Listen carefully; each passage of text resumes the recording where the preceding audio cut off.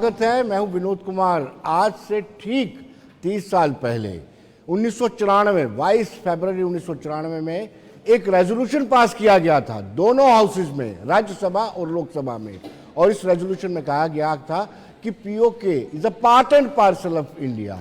लिहाजा उस दिन से लेकर के वो पाकिस्तान ने चाइना को लीज पर दे दिया।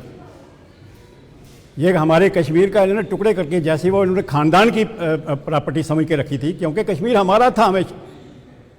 जो पहले महाराजा रंजीत सिंह ने कश्मीर को इन्वेड किया, उसके बाद हमारा डोगरों का राज आ गया।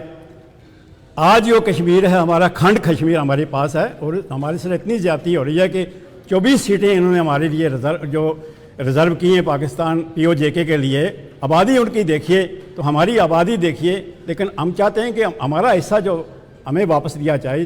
24 सीटों में से कम 8 या 10 सीटें हमारे लिए, क्योंकि हमारी रिप्रेजेंटेशन नहीं है, हम पीओजेके के असली बाशिंदे हैं जी। तो ये विनोद जी हमारे साथ उस वक्त ये गलती ना करते जी, पंडित जवाहरलाल जी नेहरू शेख अब्दुल्ला के कहने पर, क्योंकि शेख अब्दुल्ला का वेस्टर्न इंटरेस्ट था, वो बनना चाहता था कश्मीर का, जम्मू कश्मीर का प्राइम मिनिस्टर। बाद में प्राइम मिनिस्टरशिप छोड़ के उसको चीफ मिनिस्टर भी एक्सेप्ट करनी पड़ी जी। तो ये बात थी आज कि आज जो हमारी इंडियन जो टेरिटरी होती, वो पूरा का पूरा कश्मीर जो हमारे पास होता जी। चंद्रमोहन जी, आपको क्या लगता है कि ये स्वर्गीय शेख और स्वर्गीय पंडित नेहरू के ब्लंडर की वजह से आज हमें ये रेजोल्यूशन लाना पड़ा, और आज वो हमारा उस तरफ जो हिस्सा है जो पाक ऑक्युपाइड कश्मीर है, वो इस वजह से हुआ है, इस ब्लंडर से हुआ है?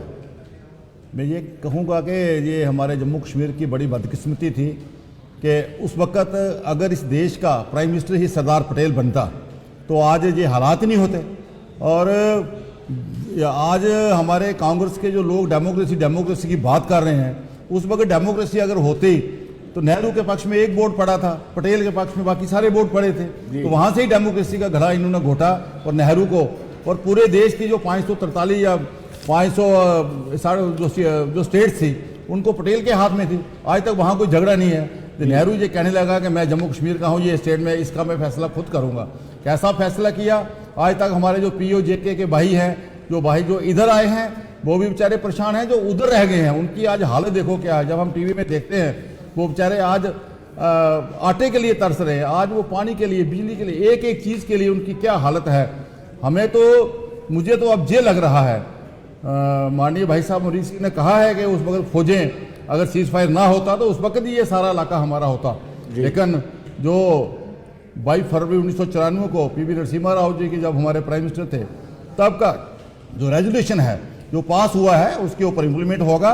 आज पूरा पीओजेके का पूरा समाज, पूरा जो, चाहे उसमें कोई भी समाज, शैया है, सुन्नी है, कोई भी है, दलित है, बलूचिस्तान है, सब लोग आज देख रहे हैं। करगिल से खोलो आने के लिए तैयार है, इधर से खोलो आने के लिए तैयार है। मोदी मोदी मोदी मोदी कर रहे हैं। मुझे आशा है कि बहुत जल्द वो इलाका जो है हमारा, अब दोबारा हमारे जम्मू कश्मीर जो एक पूरा हमारा जितना 5100 कितने किलोमीटर है, वो दोबारा इकट्ठा होगा और मोदी जी के रज़ाइम में होगा। मोदी है तो मुमकिन है। मुझे पूरा अपना विश्वास है कि आने वाले समय में बहुत जल्द हम फिर उसी अपने इलाके में जाएंगे। साहब, अमरीक सिंह जी ने भी और चंद्रमोहन सिंह ने भी ये साफ स्पष्ट कर दिया है कि राजनीतिक मुफाद के लिए आपने ऐसा किया। अदरवाइज इन्होंने तो सीधा सीधा इल्ज़ाम लगाया है कि शेख मोहम्मद अब्दुल्ला ने पंडित नेहरू से कहा कि अगर वो हिस्सा हमारे साथ आ जाता है तो कश्मीर जो है भारत का अटूट अंग नहीं बन पाएगा। यानी आपने राजनीतिक मुफाद के लिए, गद्दी के लिए आपने ये सारा किस किया? विनोद जी, बदकिस्मती यह है कि इस वक्त 2024 में है और हम डिस्कस कर रहे हैं 1947 का जब हम जिक्र करते हैं। और उस वक्त जब हिंदुस्तान आज़ाद हुआ तो एज़ पर एक्ट, जो इंडियन इंडिपेंडेंस एक्ट पास हुआ था, उसके पास जो पावर थी वो सिर्फ महाराजा बहादुर के पास पावर थी कि हमने क्या फ़ैसला करना है। उस वक़्त शेख मोहम्मद अब्दुल्ला साहब, जिसका आप जिक्र कर रहे हैं, वो कहीं नहीं था बेचारा, वो जेल में था। महाराजा बहादुर अगर 15 अगस्त 1947 को डिसीजन ले लेते तो शायद ये कज़िया नहीं होता। ये हमारे साथी जो इधर भी हैं इधर भी है भूल जाते हैं कि महाराजा बहादुर ने 15 अगस्त 1947 में सियासी स्टूडेंट हूँ मुझे कन्विंस करें कि महाराजा बहादुर ने 15 अगस्त 1947 को क्यों फैसला नहीं किया कि मैं इधर जाऊं या उधर जाऊं, और 15 अगस्त 1947 से 26 अक्टूबर तक जो टाइम रहा वो स्टैंड स्टिल एग्रीमेंट का रहा। अच्छा, जिस वक्त रेडर्स आए या पाकिस्तान, जिस तरह इस वक्त हम कहते हैं कि पाकिस्तान की फौज आई, पाकिस्तानी फौज ही थी, फौज थी, रेडर्स जो भी कहें जी, वो जब आए तो उस वक्त का प्राइम मिनिस्टर, जब प्राइम मिनिस्टर की हम बात करते हैं तो जिस तरह आज हम मानते हैं कि Narendra Modi ji elected prime minister है, उस वक्त वो भी इलेक्टेड प्राइम मिनिस्टर था जी। उसको यूनाइटेड नेशंस का सलूशन अच्छा नजर आया, यूनाइटेड नेशन में वो गए। अच्छा, जब यूनाइटेड नेशन में गए, यूनाइटेड नेशन की बात मानी, शेख मोहम्मद अब्दुल्ला कहाँ था? शेख मोहम्मद अब्दुल्ला तो उसके बाद जब एक सिस्टम बना उसके बाद एक इमरजेंसी का वो बना एडमिनिस्ट्रेटर नंबर 1। उसके बाद जो सिचुएशन बनी कि जब वो जिसको पाक ऑक्युपाइड कश्मीर हम कहते हैं वो जब एनेक्स हो गया, माइग्रेशन हो गई, जम्मू से माइग्रेशन पाकिस्तान की तरफ हो गई, मुजफ्फराबाद से जम्मू की तरफ हो गई, बहुत सारे चीज़ें हो गई जिनको आज हम भुगत रहे हैं। आज हम ये कहते हैं कि अगर संकल्प है तो 10 साल हो गए हैं ना, करो ना। अगर आपने कहा 30 साल हो गए, नरसिम्हा राव जी ने रेजोल्यूशन पास किया, तो मैं ये मानता हूँ कि जब आपने जम्मू कश्मीर का आइन उनके अंदर, उस वक़्त का जम्मू कश्मीर का आइन जो है उसके अंदर, इंडियन आइन के अंदर आपने कहा कि जनाब 24 सीटें रिजर्व हैं, तो किसी को एतराज़ ही नहीं है कि 24 सीटें तो रिजर्व इसीलिए रखी कि हमने कहा कि यह हिस्सा हमारा है। ठीक, अब तब से इतना अरसा तो 30 साल का रेजोल्यूशन भी हो गया।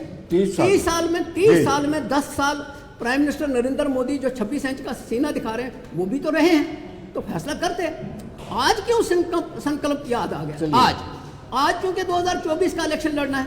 एक बात मुझे लगता है कि उन इश्यूज को एक तरफ छोड़ने के लिए जो इश्यूज हैं वो इस तरफ चल पड़े, और अच्छी बात है। मेरे यहाँ जो मुजफ्फराबाद के रहने वाले हैं हमारे साथी जो हैं वहाँ गुप्ता साहब, ये भी ओरिजिनली वहाँ के हैं, किसको एतराज़ है कि वो इलाका क्यों ना आए, लेकिन लाने का तरीका क्या है? कहा कि रास्ता जनाब लोगों ने डिमांड की है कि रास्ता खोलो, तो अगर वो डिमांड कोई तो मोदी जी को मनाओ, खोलो रास्ता, आने दो उनको। किसने रोका? हाँ, रास्ता एक जमाने में ट्रेड के लिए खुला था जी। जब ये हुकूमत कर रहे थे पीडीपी और बीजेपी, इन्होंने ट्रेड के लिए खोला था, वो बंद कर दिया। अब जब बंद कर दिया, आज ये जो पॉलिटिक्स है, इस वक्त हम और मुश्किलात में जूझ रहे हैं, तो अच्छी बात है अगर करना चाहिए। नम्रता जी, यूनिलैटरल सीज़फायर और एकदम से यूनाइटेड नेशन में जाना, क्या ये आपको नहीं लगता कि गलतियाँ थी? देखिए, इन्होंने विस्तार पूर्वक मुझसे पहले एनसी के प्रवक्ता ने बहुत डिटेल में आपको सारी बातें कही, जिस तरह की ये प्रिंसली स्टेट थी और 15 अगस्त 1947 में इसका विलय तब अगर राजा साहब कर देते तो 27 नहीं होता।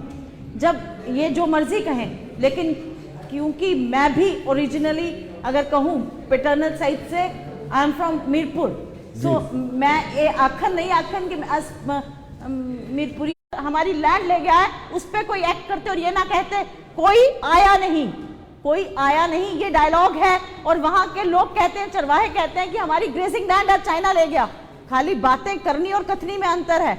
जो आज बैरिकेड्स गोलियां मार के मेरे 20 साल के बच्चे को शहीद कर दिया, मार दिया, उसके सिर पे गोली मार दी, वो दिखावा और वो जज्बा चाइना के लिए दिखाया होता तो मैं मानती नरेंद्र मोदी में दम है, आंख उसकी लाल भी होती है। सिर्फ बातें और संकल्प रैलियां मोटरसाइकिल पे और पैदल चल के ये पीओजे के लेंगे, ये सिर्फ चुनावी हथकंडे हैं जो भाजपा अपनाती है। चंद्रमोहन जी, आप सुन रहे हैं ना सारी बात, पॉलिटिकली वेंडेटा है इनका, जिसको ये अचीव करना चाहते हैं। नम्रता जी, छोटे से ब्रेक के बाद लौटते हैं।